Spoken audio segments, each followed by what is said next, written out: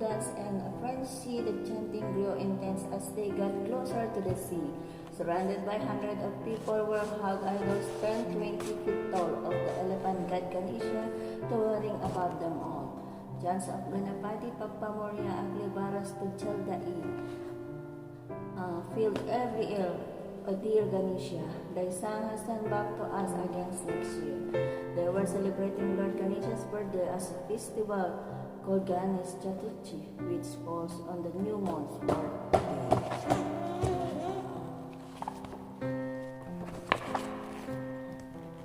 Beautiful statues of Ganesha are carried to the sea with fanfare placed on the rolling waves with ardent prayer and gentle care. So we bid farewell to Ganesha and ask for his everlasting favor, praying for his return the next year to bless us in our every endeavor. After the day's festivities, indeed, as Amma put Klaka and Kiki to bed, they asked Amma, tell us about Ganesha and how he got an elephant's head. Amma said, Ganesha is the son of a Shiva and his wife Parvati.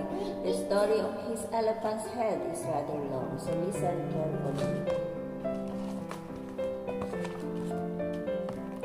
They live in the Himalayas, a beautiful snow-capped mountain chain on a high peak called Mount Kailash, surrounded by rocky terrains. Shiva was a brilliant shade of blue, wore a tiger's skin and a snake around his neck, long matted hair, a crescent moon on his brow. You could say he was a mermaid.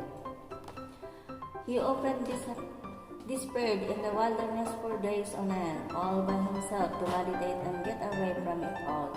Parvati was often alone, fending for herself.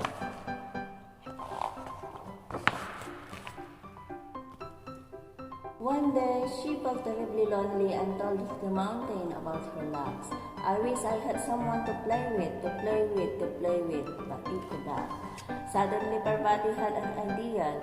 I will make a figure of clay, she said. She took sandalwood paste and molded it with arms, legs, a belly, and head. The figure looked quite lifelike. Oh, how I wish you were my child. Perhaps I will make you come alive, Parvati exclaimed and smiled. So she blew life into the figure and a grand miracle took place. A boy with big eyes and dimpled cheeks stood before Parvati face to face. Amma, you're not alone anymore, he said. My son, Parvati cried with tears of joy. Yeah, she could not believe her wonderful luck. She finally had her own little boy. Yeah. The next morning, while Shiva was still away as Parvati was going for bath, she told the boy to guard the entrance, let no one in. Make sure you lock the path. The little boy was proud and pleased, ready to be a guard to his mother. He'd take on all who tried to enter, be it a friend, a father, and a brother. And it so happened that Shiva returned to his home that very day. He found the young lad at his front door, standing there firmly and backing his gate. Stop, commanded the little boy. No one enters till my mother says so. Shiva laughed. Do you know who I am? Child, this is my home. Let me go. I don't care who you are. I'm carrying out my mother's wish. Go away. Shiva was irritated and said, Little brat, this is not child play.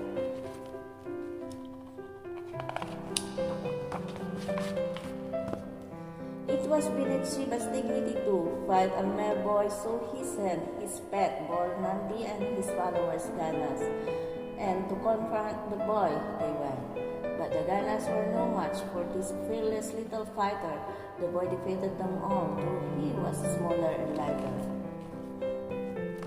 An angry Shiva sent Brahma to tame the boy, and as soon as Brahma appeared, the boy played a prank jumping on him, pulling hard at his mustache and beard. Ah! Brahma shrieked in pain, and holding his injured face, he ran away to tell Shiva of his embarrassing disgrace. Now Shiva had had enough. I am ready for a face-off, he said. He threw his trident blade in the air. It found its arm and off flew the boy's head. When Parvati arrived at the sands, she was horrified to see the boy she had created and loved lying dead, his head severed dreadfully. Her cries shook heaven and earth, for a mother's grief is a power force. Nothing could make her feel better, Parvati cried till she was hoarse. From her forehead sprang the goddess Kali, and together they vowed to avenge the child. They rampaged the earth like a whirlwind, destroying everything with anger so wild. A desperate Shiva pleaded with her, Parvati, please stop, I beg you. Heaven and earth will be ripped apart if those you and Kali continue. She glared at Shiva with blazing eyes. You killed my son. This is all your fault. If you want to preserve this earth, then undo your sin and my reigns will halt. Shiva understood and said, I'm sorry, I didn't know he was our son. I will search for his head far and near. I won't rest till this calamity is undone. Shiva set off to find the boy's head, but the blue head sent it far away. He searched and searched with no success, and finally sat down in dismay.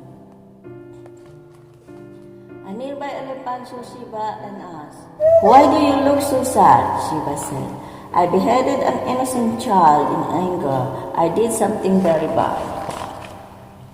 The elephant said, I am old and my life will soon finish. Please take my head for the child so you can end your arguments. Shiva had tears in his eyes.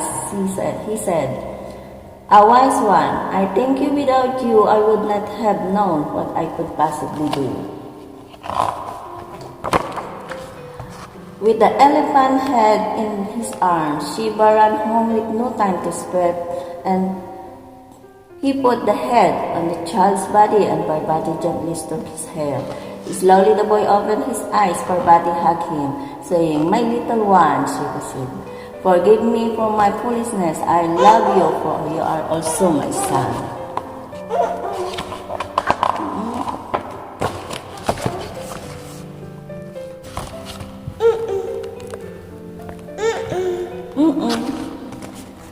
Since you were so brave a god, Shiva said, now I shall proclaim you will be the leader of my Ganas, and Ganesha shall be your name. May you be as wise as you are strong, said Parvati, and before starting anything new, may all the people who pray to Ganesha be happy and successful in whatever they do. So, Klaka, now you know Ganesha's head came about from Shiva's mistaking, and why it is that he is invoked before starting a new undertaking. Naughty Ganesha is a loving son and friend, kind, wise. He's a good listener too. He also keeps a clear mouse as a pet and loves to eat a lado or two. The end. This is a story. And now, another books to read.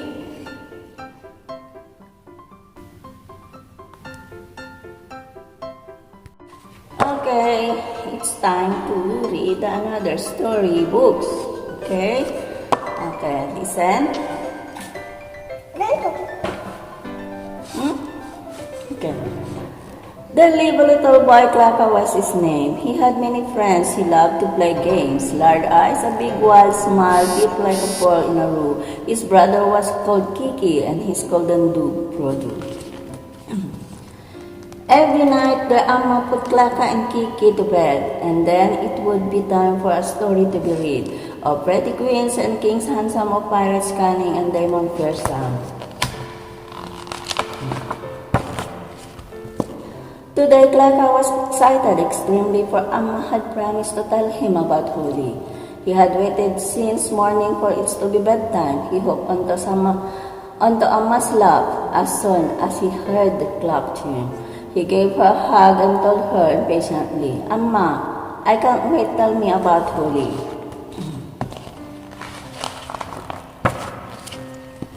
My favorite festival of all, said Amma. The festival of colors is Holi.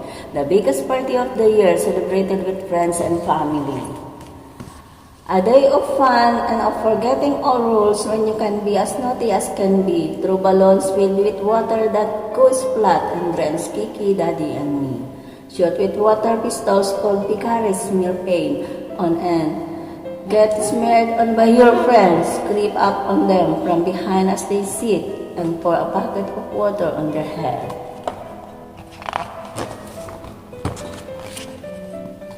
Oh, but why color one another on Holi? Asked Klaka. Amma said, that comes from a tradition started long ago by Lord Krishna. You see, Krishna was blue like the sky, while his friend Radha was white as snow. And Krishna would often ask his Amma, why is Radha not blue like me? Why is it so? His Amma one day told him as a joke, why Radha is not blue, I really can't say. But if you smear blue color on her, then you are sure to get your way. Naughty Krishna did exactly that, and the prank he played that day became a tradition that we celebrate as the festival of Holi today. Where can we get this color? Klaka asked Amma excitedly. That easy, said Amma. As all you need is to go to the bazaar with me. The colored dyes of Holi are called gulaal and abir years ago. These colors were made from the leaves of the palas tree.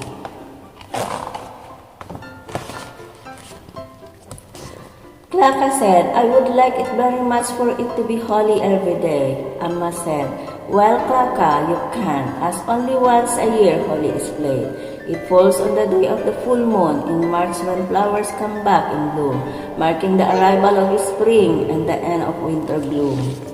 From Holika, thus Holi gets its name, and it's also marked the celebration of all that is good in the world and destruction.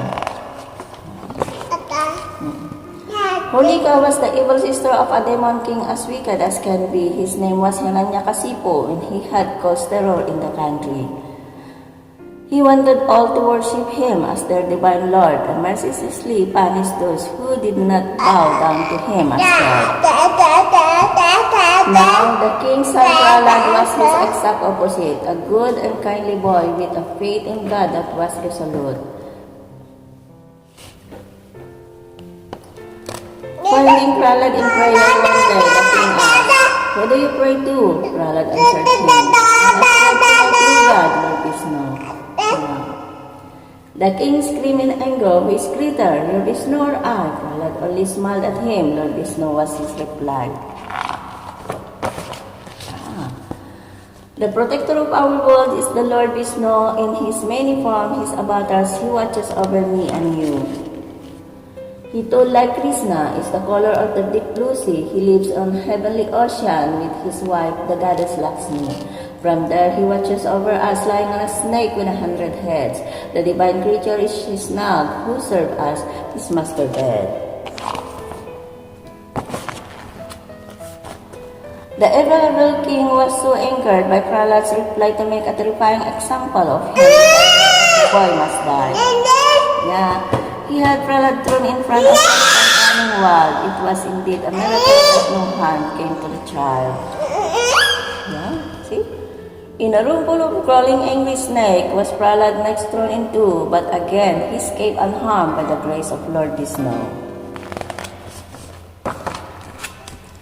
Finally, evil Holika offered her help as flame could cause her no harm. She planned to throw Prahlad into a fire while she held him in her arms. With Prahlad on her laps, she sat down on logs of wood used for fire and laughed wickedly at the boy as the king's men lit the fire. Brave Prahlad stayed calm, he chanted Vishnu's name. Lo and behold, she escaped again, while Holika perished in the flame. Holika's magic failed her as she used it to harm another. You see, power is only useful when used in a good endeavor. Klaka let out a deep breath. The story had left him spellbound. He said, Amma, I can hardly wait for Holi to come around. I have one more question, Amma. What is the best color for Holi? All colors are beautiful, said the monk, just like every child is to his mommy. When we throw color on Holi, we also celebrate our love for our friends and family and forget about.